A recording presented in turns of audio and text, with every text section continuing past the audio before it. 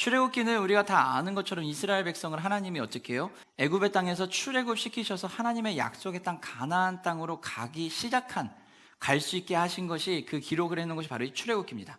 출애굽을 시작해서 이스라엘 백성들은요, 언약 체결이라고 하는, 또 언약 체결식이라는 놀라운 은혜를 하나님 앞에 누렸습니다. 그리고 언약 체결식을 통해서 은혜를 누렸음에도 불구하고 이스라엘 백성들은 무슨 일이 벌어졌죠? 모세가 하나님의 말씀을 받으러 올라갔을 때 그 모세의 조금 긴 부재 시간 가운데 불안함과 하나님을 향한 불신앙이 갑자기 훅 하고 올라옵니다. 그래서 그 불신앙의 모습으로 인해서 황금 송아지를 만드는 그런 우상을 만드는 그런 범죄를 저지르기도 했습니다. 그러나 이 범죄한 이스라엘을 하나님이 다시 은혜로 어떻게 해요? 그들을 어떻게 해요? 은혜로 다시 언약을 체결해 주셨다라는 겁니다. 다시 언약을 회복하고 모세를 통해 하나님의 성막을 온전히 세우게 하시고, 그리고 그 성막이 마침내 완공이 되고 이제 하나님의 임재가 가득해져 있는 상태입니다. 자, 이제 그러면 이스라엘은 출애굽한 그 이후에 하나님의 사명이 끝났을까요? 아니요. 출애굽을 한 이후에 이스라엘의 삶은 이제 어떻게 진행을 해야 되는 것일까요? 출애굽기의 40장의 마지막 부분은요, 하나님의 임재가 가득하고 그리고 하나님의 가시면은 이스라엘이 움직인다라고 이야기하면서 끝이 납니다.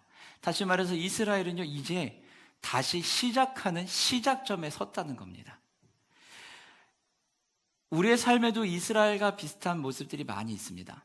하나님께서 우리의 삶을 인도하시고 어려운 가운데서 잘못된 부분에서 우리를 구출하시고 애굽에서 구출해내시고, 그리고 그 가운데서 언약을 체결하시고, 또 그 안에 우리의 잘못된 것들이 있으면, 우리가 또 실수하는 것들이 있으면 회복을 시키시고, 그리고 나서 이제 다시 시작점에 출발선상에 세워주셨다는 거예요. 그리고 우리는 이 출발선에서 출발하면서 가야 되는데, 과연 이제 우리는 어떻게 해야 되냐는 겁니다. 완전히 사라지지 않았지만 이제 기존의 일상의 삶을 조금 회복하면서 살아야 하는 그 시작점에 지금 우리가 와 있는 상태입니다. 그렇다면 우리도 이 변화의 시기, 이 시작하는 이 시기에 어떻게 우리의 삶을 살아가야 할까요? 오늘 본문을 통해서 하나님은 우리의 삶에 만족하며 우리가 열정적으로 삶을 살아간다는 것이, 하나님의 영광과 거룩을 드러내는 삶이라고 이야기하고 있습니다. 하나님의 영광과 거룩을 드러내는 삶, 그것이 우리가 이 새로운 시작점에서 출발선상에서 사는 삶과 어떤 관계가 있을까요? 하나님의 영광과 거룩이 하나님의 영원한 임재를 통해서 우리에게 임했다라고 하나님 말씀하고 계십니다. 오늘 본문에서는 성막 위에 하나님의 구름이 임재가 쭉 임하고 있습니다. 성막 가운데 구름이 임했다라는 것은 하나님의 임재가 임했다라는 거거든요. 성막이 주는 의미가 있습니다. 성막은 어떤 의미가 있죠? 이 땅에 하나님의 처소입니다. 하나님이 상주하시고 거주하시는 곳이 바로 이 성막이에요. 그렇기 때문에 땅에 성막이 있다라는 것은요, 이 땅에 실현된 하나님의 임재, 그리고 하나님의 임재가 눈에 보이는, 가시적으로 보이는 공간이 바로 이 성막이에요. 그리고 그것에 가시적으로 더 확실하게 하나님의 임재를, 하나님의 함께 하심을 보여주는 그 상징적인 것이 바로 구름입니다. 구름이 회막에 덮이고 하나님의 영광이 성막에 충만했다라는 것은 이제 눈에 보이는 가시적인 하나님의 임하심이 있다라는 거예요. 하나님의 임재가 충만히 이스라엘 공동체에 임했다라는 걸 보여주고 있습니다.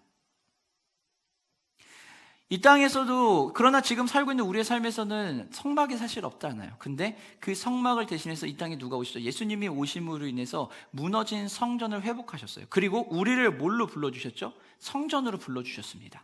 우리 스스로를 하나님의 성전으로 불러주시고, 우리 한 명 한 명을 하나님의 교회로 불러주시고, 우리 안에 하나님이 내주하시고 임재 가운데 있게 해주시겠다라는 거예요.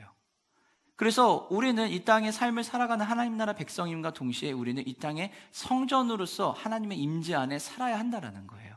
그럼 이 성막 가운데 어떤 하나님의 임재의 상징들과 어떻게 그것이 드러나는지를 알려주고 있냐면요, 오늘 본문에 보면 성막을 보면 성막 겉에 막을 이렇게 겹겹이 이렇게 칩니다.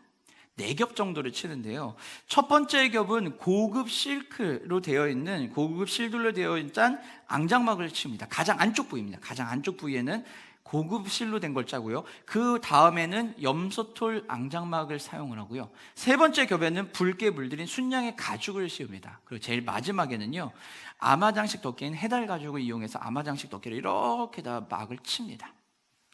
이 여러 겹의 막을 통해 가지고서는요, 하나님의 은혜가 이렇게 우리에게 삶의 겹겹이 이렇게 임하신다는 거예요.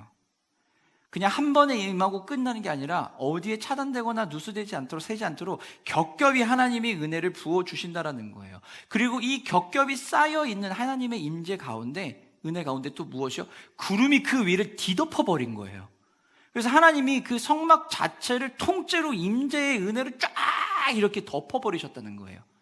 성전인 우리에게도 똑같이 하나님이 겹겹이 은혜를 부어주시고, 그리고 그 겹겹이 부어주신 은혜 위에 하나님의 임재를 다시 한번 강하게 부어주신다라는 거예요. 근데 이 겹겹이 쌓여있는 이 막 위에 보면 특징이 있어요. 안쪽으로 갈수록, 가장 안쪽으로 갈수록 어떻게 해요? 아주 고귀한 천으로 짜여 있고요, 바깥쪽으로 갈수록 조금 흔한 거라는 거예요. 이걸 다시 이야기하면은요, 안쪽으로 갈수록 하나님의 영광의 임재가 강렬하다는 거고, 바깥으로 올수록 그것이 확연하게 눈에 보이지는 않는다라는 거예요. 성소를 보게 되면 가장 안쪽에 무엇이 있죠? 하나님의 법궤가 있는 언약궤의 두 돌판과 아론의 쌍난 지팡이야, 그리고 만나 메추라기가 있는, 만나에 있는 항아리가 있단 말이에요. 만나 항아리가요. 이것이 있는 자리에 하나님이 그룹이 있고, 법궤 위에 그룹이 있고, 이 자리에서 하나님이 임재하시고 만나시겠다고 약속을 했어요. 그 자리는 아주 강력한 하나님의 임재가 있는 자리예요. 안쪽에 천이 고귀한 것을 된다는 것은요, 안쪽으로 임할수록 하나님의 임재의 강렬함이 있다는 거예요. 하나님의 임재의 강렬함이 있고, 바깥으로 갈수록 조금씩 희미해질 수 있다는 겁니다. 그런데 우리가 여기서 기억해야 되는 것은 희미해서 잘 안 보인다고 해서 임재가 없는 게 아니라는 거예요. 여전히 하나님의 임재는 그 삶에 주관하고 계시다는 거예요.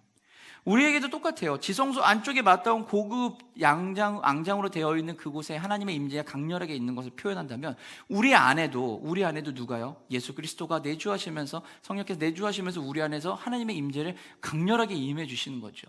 그럼 우리의 삶에서 우리 안에 내주하시는 그 하나님께서 강렬하게 임하시고, 그 주님의 임재가 가득하면 가득할수록 밖으로 보여지는 내 삶에서도 어떻게 해요? 하나님의 임재가 드러날 수밖에 없다는 거예요. 하나님의 임재와 영광의 거룩이 드러날 수밖에 없다는 거예요. 외적인 아름다움이 안 보인다고 해도, 외적인 아름다움이 적게 보인다고 해서 하나님의 임재가 없는 게 아니에요. 반면에 우리 안에 하나님의 역사하신 하나님의 임재가 강렬하면 강렬할수록 내 삶엔 그것이 더 강렬하게 드러내줄 수밖에 없다라는 겁니다.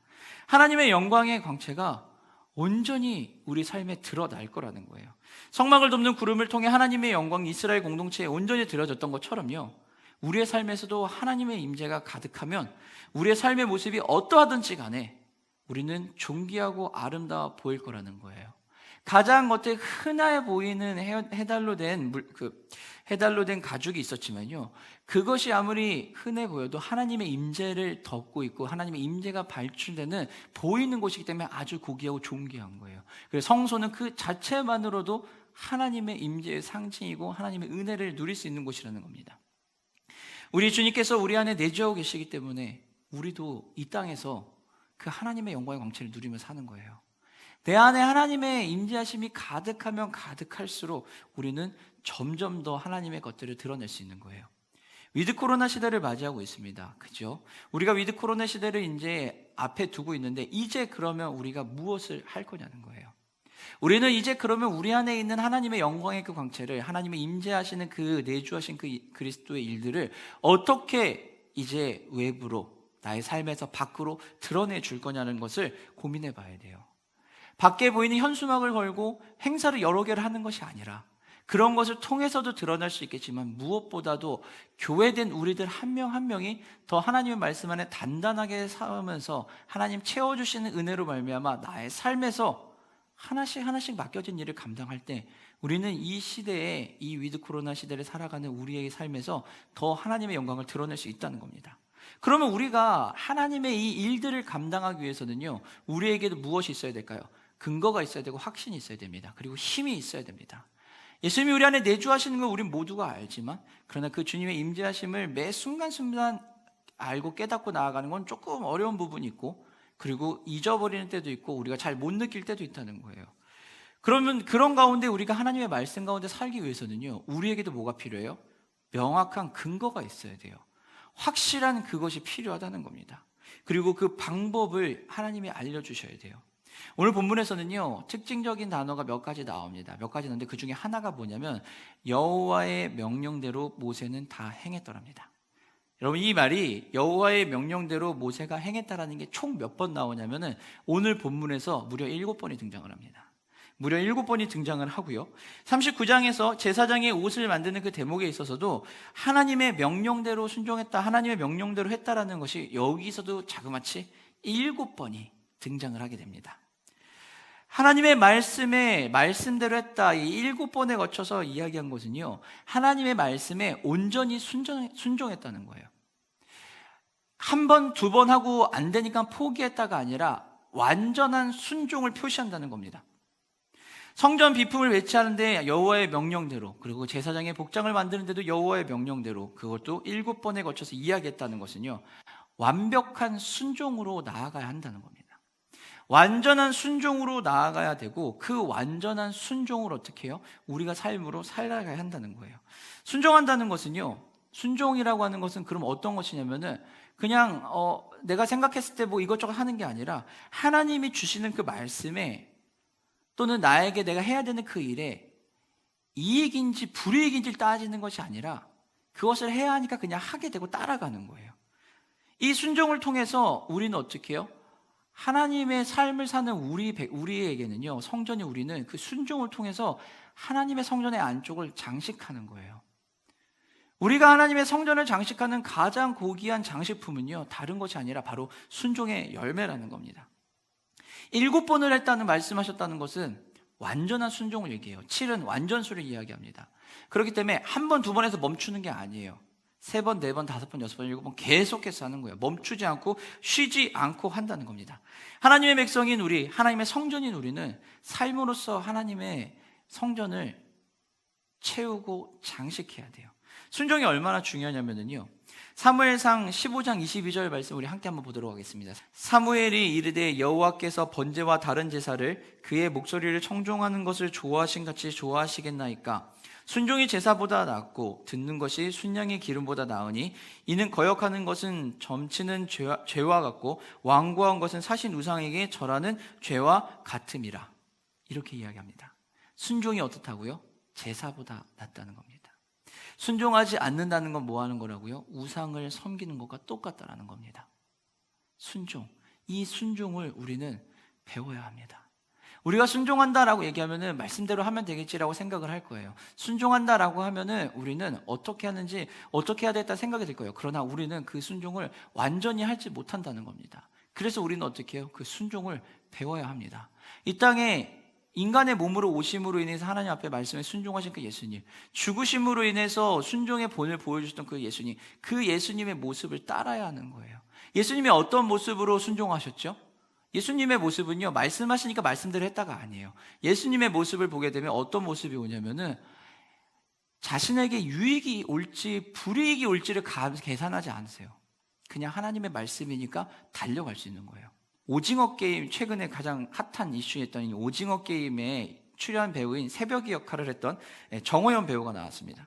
정호연 배우가 나왔는데요, 이 정호연 배우는 우리가 알다시피 모델입니다. 11년차 모델이고요, 굉장히 유명하고 또 많은 일을 하는 모델이에요. 근데 이 모델인 정호연 배우가 왜 갑자기 배우로서 전직을 했을까라고 사람들이 궁금해할 법도 하고, 그리고 사람들이 많이 물어서 이 유재석과 조세호가 거기에서 물어봤습니다. 어떻게 해서 연기를 시작하게 됐냐라고 물어봤더니 자기가 11년차 모델로 이렇게 지내오는데 화려한 스팟라이트 받으면서, 하이라이트 받으면서 되게 멋있게 그 자리에 일어나고, 뭐 도전 슈퍼모델에서 입상도 하고 하면서 잘 나갔대요. 잘 나갔는데 어느 순간 뒤돌아보니까 뭐가 있냐면요, 동일선상에서 같이 시작했던 사람들, 동료들이 그들은 더 잘해서 앞으로 나가는 것 같은데 자신은 멈춰져 있는 것과 같은, 경력이 단절되어지는 것 같은 느낌을 받았다는 거예요. 무슨 일인가 하고 봤더니 그들은 계속 쇼를 하고 패션위크에 나가고 하는데 자신은 쇼를 나가려고 하는데 쇼가 캔슬이 되면서 멈춰 있어야 하고 다른 거를 막 찾아 나서야 하는 그 모습을 보면서 자기의 삶에서 위기를 조금 느꼈던 것 같습니다. 그래서 그때부터 연기에 대해서 한번 고민을 해봤다는 거예요. 그러다 어느 날, 이제 뭐 소속사에다가 얘기했죠. 연기를 하고 싶다, 뭐 이런 얘기를 했겠죠. 그러다 어느 날, 뉴욕에 패션위크가 있어가지고, 뉴욕 패션위크에 쇼를 출연하기 위해서 뉴욕에 지내고 있을 때, 소속사에서 연락이 왔습니다. 소속사에 연락이 오면서 대본을 3개를 던져주고서는 이거를 촬영을 찍어서 보내십시오. 필름을 보내십시오. 그런 거예요.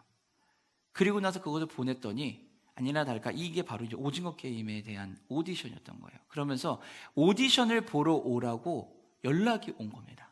자, 근데 여러분 여기서 우리가 선택을 해야 되는 거예요. 정호연 배우는요, 패션위크에 지금 쇼를 나가야 되는 상황이었어요. 패션위크 기간이었어요. 뉴욕에서요. 모델의 본인의 본업이에요. 본업이고 이것을 하지 않고 캔슬을 내버리고 나면 어떻게 될까요? 이후에 문제가 벌어질 수도 있고 자신의 그 커리어에 문제가 생길 수도 있습니다. 근데 그런 상황이고요. 오디션을 보러 한국으로 돌아간다는 것은 정해져 있지 않은 불확실한 미래의 자기의 것을 다 던지고 맡기고 가야 된다는 거예요. 오디션을 보러 간다고 해서 새벽이 역할에 뽑힌다라는, 배역이 된다라는 보장이 없는 상태입니다. 그냥 오디션 보러 와라 라는 말만 있는 거예요. 자, 여러분이라면 이런 상황에서 어떻게 하시겠습니까? 불확실한 미래, 그런 도전하면 좋을 것 같은 언젠가 하고 싶은 불확실한 미래, 현실적인 안정감과 현실에 내가 해야 되는 일, 이 상황에서 우리는 어떤 것을 택할까요? 사람의 성향에 따라 달라질 수 있을 겁니다. 그런데 이 정호연 배우는요, 자신의 안전한 안정적인 이 본업을 버리고 한국으로 가서 오디션을 봅니다. 이것이 어떻게 가능했을까요? 그때 정호연 배우가 거기서 하는 말이 그거였어요. 자기의 것을 그냥 다 도전해보고 싶었다는 거예요. 전부 다 던져서 도전해보고 싶다는 거예요. 그렇게 해서 안 되면 그것만으로도 만족하겠다라고 얘기하는 거예요. 이익을 따지는 게 아니었다라는 거예요. 내가 여기에서 안 됐을 경우에 내 본업의 모델 일을 또 문제가 생길 텐데 이런 고민을 한 게 아니라 내가 이것을 하고 싶은, 내가 이거에 던져보게, 내 모든 것을 걸어보겠다라고 갔다라는 거예요. 사랑하는 성도 여러분, 순종은 이런 모습입니다. 예수님이 이 땅에 오심으로 인해서 예수님은 우리에게 본인이 가지고 계셨던 모든 것들을 다 버리고 오셔야만 하는 것과 그렇게 오신 거예요. 그리고 이 땅에 오셔가지고도 어떻게 했죠? 이익을 따지는 게 아니에요. 예수님이 만약에 인기몰이를 하고 이익을 추구했다면은 당시 종교 지도자들과 지도층인 바리새인과 서기관들과 이런 사람들이랑 어울려 지냈어야지, 세리와 또 죄인들과 이런 사람들, 이들을 데리고 있으면 안 돼요. 그러고 있으면 안 되고, 예수님이 십자가에 못 박기 전에 잡혀가실 때도 사실 그 상황에서도 이익과 불이익을 따졌다면요, 도망가실 수도 있고 탈출하실 수도 있어요. 그리고 또한 빌라도의 법정에 쓰셨을 때도 예수님은 거기에서 내가 유대의 왕이다라고 한마디 하면은 빌라도의 그 이야기대로 얘기했으면은요, 어쩌면 예수님은 거기 풀려날 수도 있어요. 그리고 종교 지도자들과 조금만 타협하면은 예수님 아무 문제 없이 이 땅에서 사역하실 수 있었을 거예요. 근데 예수님 어떻게 하셨죠? 말씀대로 순종하신 거예요. 어떻게 해요? 이익과 불이익을 따지는 게 아니라 하나님이 말씀하셨으니 거기에 다 던지는 거예요. 순종한다는 것은요, 모든 것을 던질 수 있다는 거예요.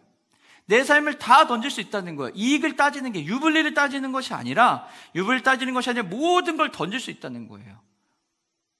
이걸 해서 내가 실패하면 어떡하지? 아니라 그것이 하나님 뜻이면 간다라는 거예요. 어떻게 보면 되게 무모하고 어떻게 보면 되게 비이성적인 행동처럼 보일 수 있어요. 하지만 이 순종의 삶을 통해서 보면은, 순종한 이후에 우리의 삶에는 큰 영향이 와요. 어떤 영향이 오냐면요, 만족감이 와요. 내 삶에 만족이라는 게 가득 차게 됩니다. 그리고 또 하나는 내가 하나님 앞에 모든 걸 순종하며 모든 걸 던졌기 때문에 그 삶의 성실과 최선과 능숙함으로 갈 수가 있어요. 능숙함으로 그 일들을 감당해낼 수 있다는 거예요. 그런데 우리가 이익이 눈에 들어오고 유불리를 따지기 시작할 때는 어떤 것이냐면요, 이 능숙함으로 해야 되는 부분이 보이지 않는 거고 만족감이 보이지 않는 거예요. 우리식으로 조금 더 표현을 하면 우리의 사명이 흔들린 거예요. 순종할 수 있다는 것은요, 나에게 주신 하나님의 사명이 확실하다는 거예요. 사명이 확실하고 방향이 확실하기 때문에 우리는 거기에 우리의 삶을 던질 수가 있는 거예요. 모든 걸 그 안에 던질 수가 있는 거예요. 그런데 그 사명이 흔들리면 어떻게 될까요? 그 사명이 흔들리면 좌우가 보이기 시작해요. 뒤가 보이기 시작하고요. 내 바닥이 보이면서 어떻게 해요? 위태한 것들이 눈에 들어오기 시작합니다. 부족한 것들이 눈에 들어오기 시작해요. 불안함이 올라오기 시작한다는 거예요. 바다 위를 걸었던 베드로는 예수님을 바라보고 걷을 때 사명이 그에게는 딱 하나였죠. 그 순간 그 장면만 놓고 예수님을 바라보며 그 길을 걷는 거였어요. 그렇게 삶을 걸어갈 때는 베드로는 어떻게 해요? 흔들리지 않고 빠지지 않았어요. 그러나 그것이 흔들리면서 주변을 돌아보는 순간 베드로는 빠지게 되는 거였어요. 우리의 삶에도 똑같아요. 우리에게도 하나님이 똑같이 사명을 부여해 주셨어요. 사명을 부여해 주셨는데 이 사명 가운데 어떻게 해요? 우리가 흔들리지 않으면은요, 우리는 하나님 앞에 순종하며 갈 수 있어요. 그럼 이 사명이 흔들리지 않기 위해서 우리는 어떻게 해야 될까요?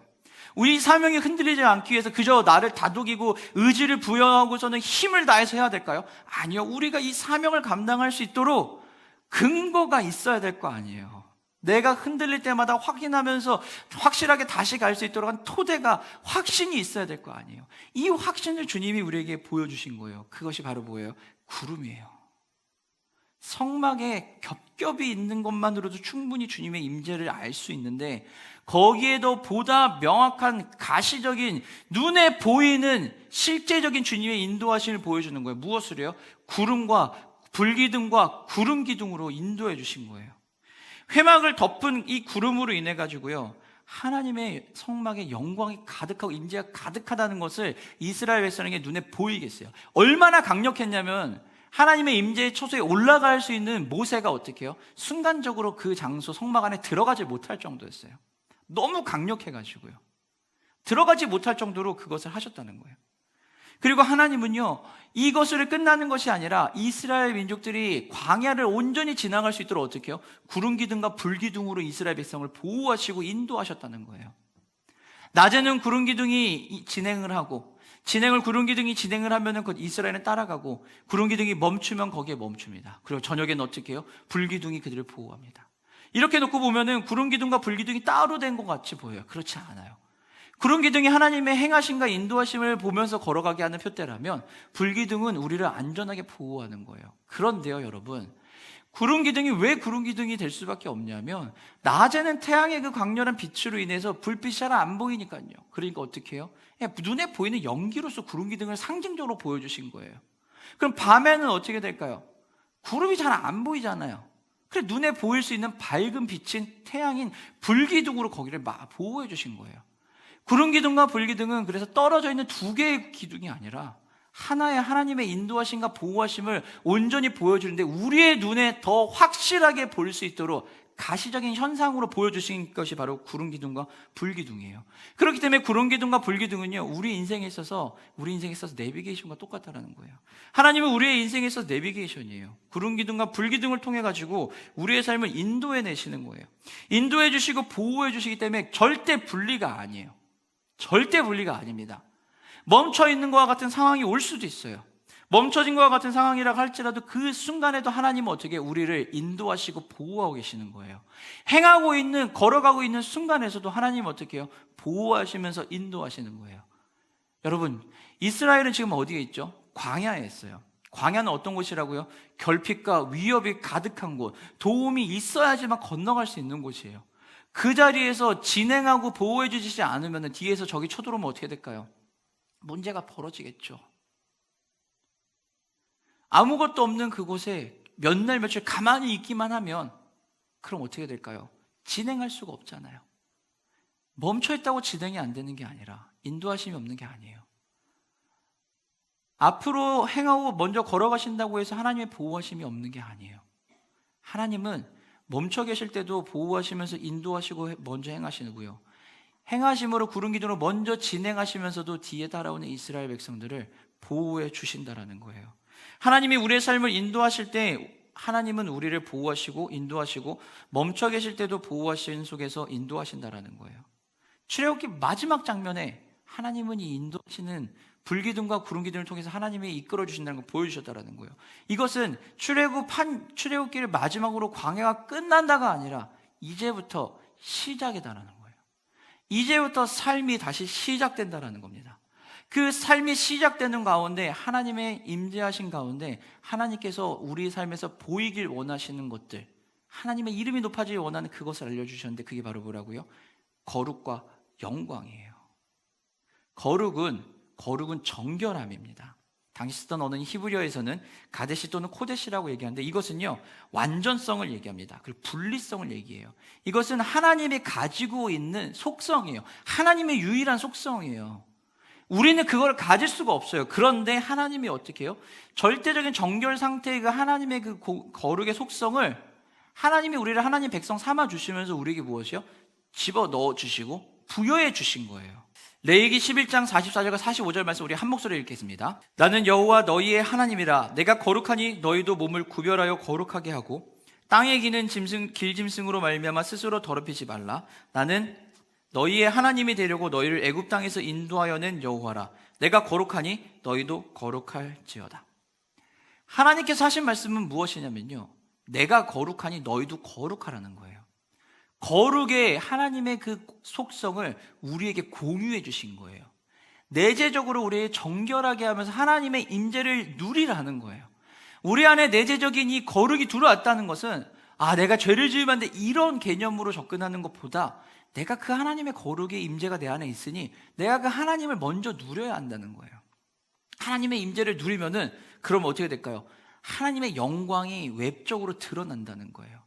영광은 하나님의 외적 증거입니다. 영광은 당시 쓰던 언어인 히브리어에는 카보드라고 하는 단어를 사용하는데요, 이것의 의미는요 무겁다라는 거예요. 무게로 이렇게 짓눌려가지고 보이는 거예요. 외적으로 보이는 외적 증거가 바로 영광이에요. 이 영광을 하나님께서 우리에게 보이기를 원하신다라는 거예요. 거룩은 하나님의 내재적인 본질이면서 영광은 그 본질적인 외적 발현이라는 거예요. 이스라엘 역사에서도 광야에서 하나님이 그들에게 어떻게 보여주셨을까요? 어떻게 보여주시기는요, 만나 사건을 통해서 보여주셨고요, 그리고 어떻게 해요? 또 메추라기 사건을 통해 보여주셨고, 아말렉과의 전쟁을 통해서 보여주셨고, 물을 공급해 주시면서 보여주셨고, 또 홍해가 갈라지는 일을 통해서 보여주셨어요. 구름 기둥과 불 기둥이라고 하는 것을 통해서 하나님은 하나님의 영광을 외적으로 발현하신 거예요. 그것을 보여주셨단 말이에요. 그것을 보여주시면서 어떻게 해요? 하나님께서 이 삶을 우리에게 보여주신 대로 우리도 그 하나님의 영광을 드러내길 원한다는 거예요. 이 하나님의 영광이 성막에 임한다는 겁니다. 그렇기 때문에 이 성막은요, 하나님의 영광의 발현의 결정체예요. 성전인 우리는 그럼 어떻게 될까요? 하나님의 영광의 발현의 결정체가 바로 우리 성전인 우리가 돼야 된다는 겁니다. 우리 안에 하나님의 영광이 가득해야 돼요. 하나님의 거룩함이 가득해서 그 거룩한 내재적인 그것을 누리면서 외적으로 하나님의 영광을 발산해야 된다는 겁니다. 여러분의 삶에서 그럼 어떻게 여러분은 발산하시겠습니까? 여러분, 그 하나님의 영광을 발산하는 삶에서 무엇을 누릴 수 있겠습니까? 경남 남해에 행복빵집이라고 하는 곳이 있습니다. 이것을 운영하시는 분이 빵을 굽는 베이커인데 그분의 이름이 조금 독특합니다. 김상식이 아니라 김쌍식이라고 합니다. 저는 사실 그게 잘 농담인 줄 알았는데 진짜 김쌍식 씨래요. 이분이 어떤 분이냐면요, 경남 남해의 한 곳에 빵집을 열고 1년 6개월 동안 매일 아침에 등교하는 아이들에게 빵을 나눠주셨대요. 빵과 우유를 매일 나눠주셨는데, 이분은 그래서 매일 5시에 아이들이 7시부터 학교를 등교하기 시작하니까 5시에 나와서 빵을 굽는데요. 이분은 매년 무료로 빵을 나눠주고 후원을 하는데 그것이 한 8군데 정도 된다고 합니다. 금액으로만 따져도요 1년에 한 2천만 원 정도의 그 나눔을 한대요. 1년에 2천만 원이면 사실 어마어마한 돈이거든요. 그 이분이 돈이 많냐? 아니, 그렇지도 않대요. 코로나라서 장사도 잘 안 되게 했을 뿐더러 이분이 도움을 준다고 하는 사람들이 도움도 받지도 않았대요. 그래서 힘이 들고 돈이 모자르면 어떡하냐라고 하니까 그분이 그랬대요. 뭐라고 했냐면은 좀 지인한테 돈을 빌렸다는 거예요. 그래서 이분이 LG에서 선정하는 의인으로 선정이 돼서 이제 또 상도 받고 상금을 받았는데, 그 상금을 받으면서 그분이 한마디 하더라고요. 뭐라 그랬냐면 돈이 없어가지고 받았다고. 돈이 없어서 받았다고. 왜 돈이 없어? 그 받아서 어떻게 하셨습니까? 하니까 내가 지금까지 지인들이 빌렸던 그 빚들 다 갚았다고. 그래서 난 그것을 받았다고. 그러니까 진행을 하던 분이 그렇게 얘기하시더라고요. 상금은 그렇게 쓰시라고 주는 거라고. 그러니까 받으셔도 된다고 이렇게 얘기를 했습니다. 근데 저는 그분의 대화를 통해서 제일 저에게 충격적이고 저에게 많이 와닿았던 얘기가 그거예요. 주변의 사람들이 사장님을 바라보면서 어떻게 보십니까? 어떻게 얘기하십니까? 라고 딱 물어봤을 때 이분이 한마디예요. 난 돈이 필요 없어요. 난 돈이 필요 없어요. 나 혼자 사는데 돈이 뭐가 필요합니까? 그냥 내가 쓸 정도만 있으면 되지. 사람들 눈에는 한심해 보이겠죠. 그런데 내가 이 나이에 결혼을 안 하신 것 같아요. 혼자 있는데 누가 나한테 지금 아이들이 빵을 가져가면서 안녕하세요, 고맙습니다라고 이렇게 인사를 아이들처럼 해주겠냐는 거예요. 나에게 지금 아무도 없고 혼자 있는 나에게 누가 나한테 그렇게 안녕하세요, 감사합니다, 고맙습니다라는 이야기를 하겠냐라는 거예요. 내가 언제 그 아이들의 인사를 받아보겠냐는 거예요. 그렇기 때문에 자신은 이야기합니다. 뭐라고 하냐면 나는 내 삶에 만족합니다. 충분히 만족합니다. 나에게는 이거면 충분합니다. 이렇게 얘기했습니다. 이 대목을 이것을 들으면서 되게 많은 생각을 했어요. 굉장히 많은 생각 속에서 그 장면을 TV로 보고 그리고 유튜브로 다시 돌려보면서 계속 고민하고 또 고민하고 또 생각하고 또 생각을 했어요. 어떻게 이럴 수 있을까? 그러면서 볼 때마다 저에게서는 뭐냐면 눈물이 계속 흐르는 거예요. 나는 왜 이분처럼 주어진 거에 만족하지 못했을까라는 거예요. 내가 은혜 안에 살아간다면요, 내가 은혜 안에 살아가고 하나님의 사명 가운데 순종하며 간다면요, 나는 나의 삶에 만족할 수밖에 없어요. 나의 삶이 만족할 수밖에 없는 길에 걸어갈 수밖에 없거든요. 근데 왜 우리는 우리의 삶에, 내 삶에서는 주어진 것에 만족하지 못했냐라는 거예요. 무언가를 더 찾아야만 내가 만족을 하는 거고, 내가 무언가를 더 가지면 만족이 될 것 같고, 내가 좀 더 높은 자리에, 내가 좀 더 칭송받는 자리에, 내가 좀 더 드러나는 자리에 가면은 왠지 더 만족할 것 같은 거예요. 지금 내 삶에 만족이 안 느껴지는 거예요. 그러니 어떻게 점점 더 많은 것들을 가지려고 하는 거예요. 더 많은 것들을 가지려고. 그러면서 그것을 향해서 달려만 가고 있는 거예요. 무언가를 하나를 잡으면 다음 걸 또 잡으러 가는 거예요. 무언가 이득이 있다고 하면 그것을 향해 달려가는 거예요. 만족을 채울 수가 없으니까요. 그럼 사랑하는 성도 여러분, 우리가 주님 안에 살아간다면요, 소유가 넉넉해서, 내 지위가 올라가서, 내 명예가 올라가서, 내가 많은 사람들의 사랑을 받아서 그래서 만족감을 느끼는 게 아니라 하나님이 나에게 사명을 주시고 그 사명의 삶을 살게 하시기 때문에, 그리고 그 안에 순종할 수 있기 때문에 우리는 만족할 수 있는 거예요. 그 만족감이 바로 여러분의 삶에 하나님의 영광과 거룩을 드러내는 삶의 모습이에요. 외적으로 거대한 것을 하는 게 아니라 나에게 주어진 그것에 만족하며 살아가는 거예요. 하나님의 보호하심과 인도하심에 따라 갈 때요, 우리는요, 이 만족감이 가득해요. 두려움이나 부족함이 느껴지지 않습니다. 내가 두려움과 부족함을 느낀다면요, 내 사명이 흔들리고 내 시선이 하나님 앞에 가 있지 못하다는 거예요. 우리가 하나님의 사명을 놓고 바라보고 갔을 때 우리는 어떻게 해요? 지금 부족한 것보다 해야 할 것들, 어떻게 능숙하게 그 일들을 감당할지가 눈에 보인다는 겁니다. 두려움과 걱정보다 주어진 상황의 만족을 누릴 수 있는 것, 그것은 바로 하나님의 은혜와 보호하심과 인도하심 안에 우리가 살기 때문에요. 그리고 우리는 그 안에 순종하며 가기 때문에 그렇습니다. 그리고 주어진 삶의 만족을 느끼고 누릴 때, 여러분의 삶에 주어진 그것에 대해서 만족을 느끼며 누리며 나아갈 때 우리는 그것으로 하나님의 영광을, 하나님의 거룩하심을 드러낼 수 있는 거예요. 대단히 놀라운 것들을 하지 않아도 우리는 충분히 드러낼 수 있는 거예요. 예수님께서 이 땅에 우리에게 오심으로 인해서 예수님이 우리에게 하나님 나라 삶의 백성의 삶의 모습이 무엇인지, 그리고 우리가 어떤 사명으로 가야 되는지 알려주시고 보여주셨어요. 그리고 그 자리에 순종하며 가라 할 것을 이야기하셨습니다. 그럼 사랑하는 성도 여러분, 말씀을 마치도록 하겠습니다. 여러분의 삶에 만족하며 열정적으로 삶을 살아간다는 것은요, 그 자체가 하나님 나라, 하나님의 영광과 거룩을 드러내는 것입니다. 여러분의 삶에 하나님께서 사명을 주신 것들이 있습니다. 우리 교회에 사명을 주신 게 있고, 여러분 개인의 삶에 사명을 주신 게 있고요, 여러분 가정에 사명을 주신 것이 있습니다. 여러분, 그 사명을 보면서 가고 계십니까? 저에게 주신 가정의 사명은요, 우선적으로는 믿지않는 나의 가족을 전도하는 것, 복음의 그 자리를 초대하는 게 저에게 주어진 사명입니다. 저의 가정을 놓고 보면 저에게 주어진 사명은 가장으로서, 영적 리더로서 우리 가정의 자녀들을 잘 돌보고 아내를 잘 보살피고 남편으로서 일을 감당하는 겁니다. 목회자로서 하나님 저에게 주신 사명은 하나님의 교회를 잘 세우고 든든하게 하고 이 안에서 하나님의 꿈들을 키워가는 것입니다. 이 지역에 있는 자로서의 사명은요, 이 지역 가운데 하나님 나라의 복음의 소망의 메시지를 흘려보내는 겁니다. 사랑하는 성도 여러분, 여러분에게 어떤 사명이 주어졌습니까?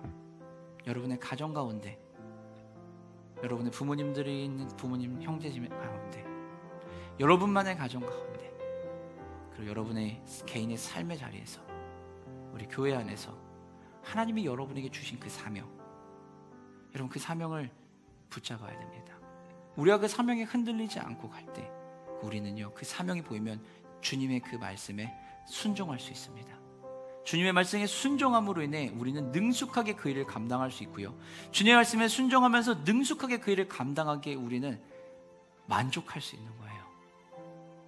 부족한 것들이 보이는 게 아니라 부족한 거는 주님의 은혜로 채우면서 예수님이 우리에게 보여주셨던 것처럼 순종의 삶을 살아가는 것이 우리가 이 땅에 살아갈 역할이라는 것입니다. 사랑하는 성도 여러분, 기억하십시오. 내 삶에 만족하며 열정적으로 삶을 살아간다는 것은요, 하나님의 영광과 거룩을 드러내는 삶이라는 것입니다.